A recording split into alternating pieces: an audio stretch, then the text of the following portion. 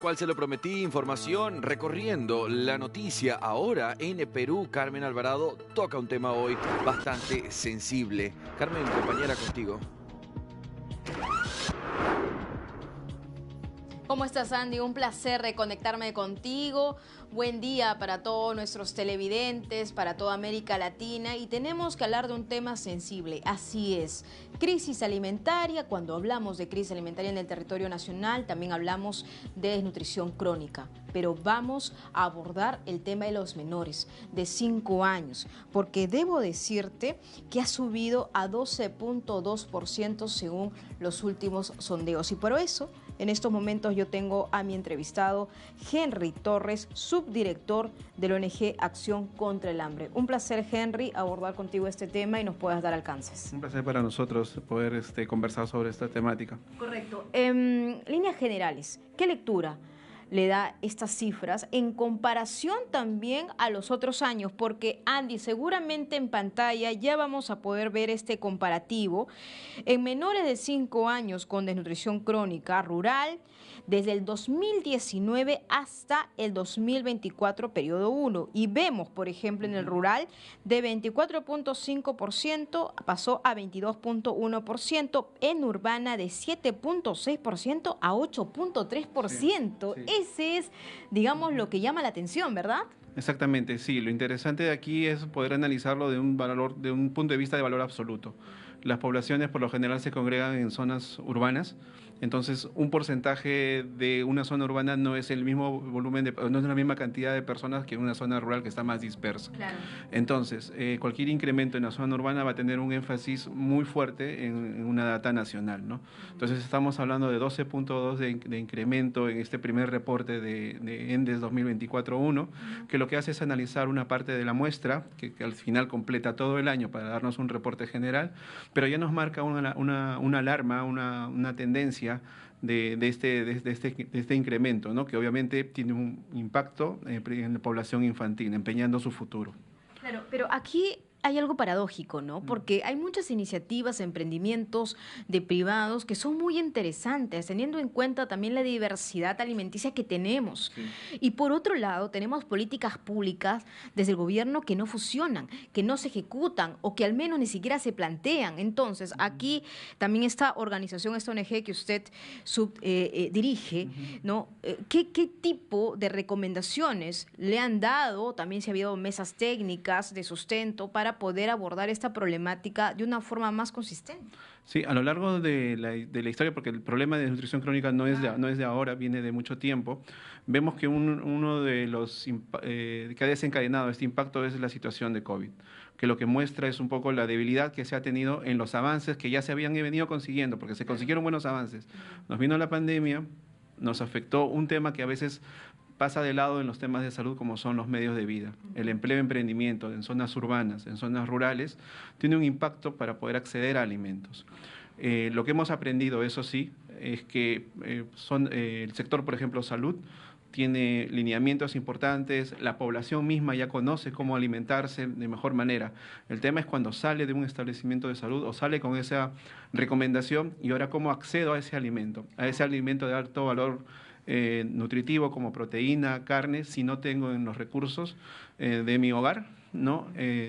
Ingresos para poder complementar la Correcto, entonces ya sabemos la problemática. ¿Qué acciones ejecutar? Por ejemplo, yo voy a poner sobre la mesa el programa Jaliwarma, que con varias irregularidades y todo sirve a un grupo sensible en todo el territorio nacional, sobre todo en etapa escolar. Pero yo le pregunto, ¿qué podemos hacer ya? Ahora, son programas de asistencia alimentaria que buscan específicamente a un grupo vulnerable o un grupo como es en este caso los escolares. La idea es articular con otras iniciativas que tienen que ver no del lado nutricional ni del lado de salud. Por ejemplo, cómo promovemos empleo y emprendimiento asociado también a que puede haber todo un ciclo, ¿no? de la alimentación, con esto que te decíamos hace un ratito de poder acceder al alimento. Entonces, en ese sentido, promover el empleo y emprendimiento, no solamente en zonas urbanas, en zonas rurales, es un tema clave. Otro tema clave es el tema agua y saneamiento. O sea, agua y saneamiento, tenemos todavía una cuota de cobertura amplia en zonas nuevamente, en zonas urbanas y en zonas rurales.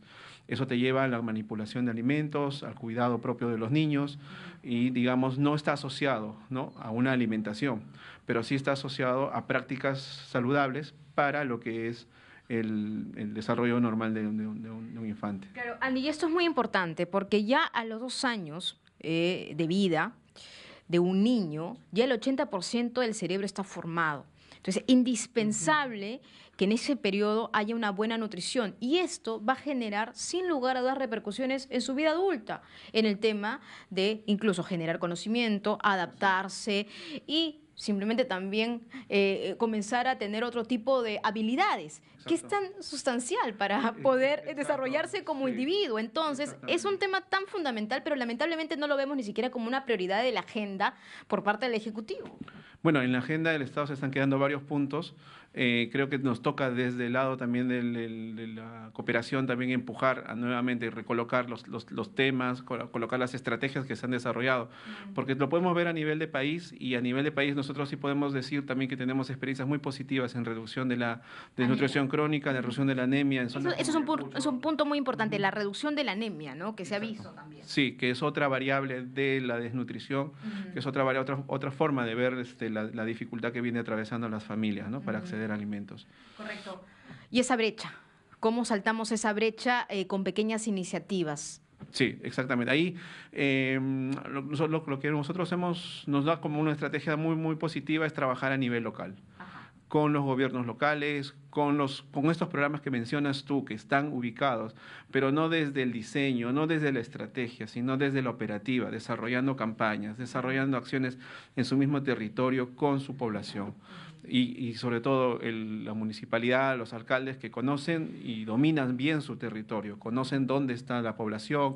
Entonces, esos son los pequeños, digamos, espacios en donde se tiene que mover el tema, retomar. De acuerdo, totalmente de acuerdo con usted, porque hay lugares que bien sabemos que el Estado no llega, a los rincones del país, es ahí que están las autoridades locales, que pueden tener algún tipo de incidencia en la jurisdicción. Que tienen que tener, porque o sea, ellos también han sido elegidos, ¿no?, para hacer todo lo bueno y lo malo que hagan, al final se va a medir en el impacto en los niños. Claro que sí. Ahora, hay otro tema que también quiero consultarle, y va vinculado con la ola migratoria, me refiero a muchos venezolanos que llegan a nuestro territorio nacional. Desde el 2018, ¿tienen alguna cifra o un balance distinto sobre estos niños también que se están adaptando a la vida peruana? En el caso de ellos, la situación de la población migrante y refugiada venezolana es más crítica. En Perú estamos hablando más o menos de 16 millones de población en inseguridad alimentaria. En el caso de población venezolana, los porcentajes son mayores, más o menos el 75, 78%, por encima de eso ya tiene inseguridad alimentaria. O sea que ha tenido que enfrentar alguna estrategia para poder coberturar sus 3 comidas diarias y de forma completa.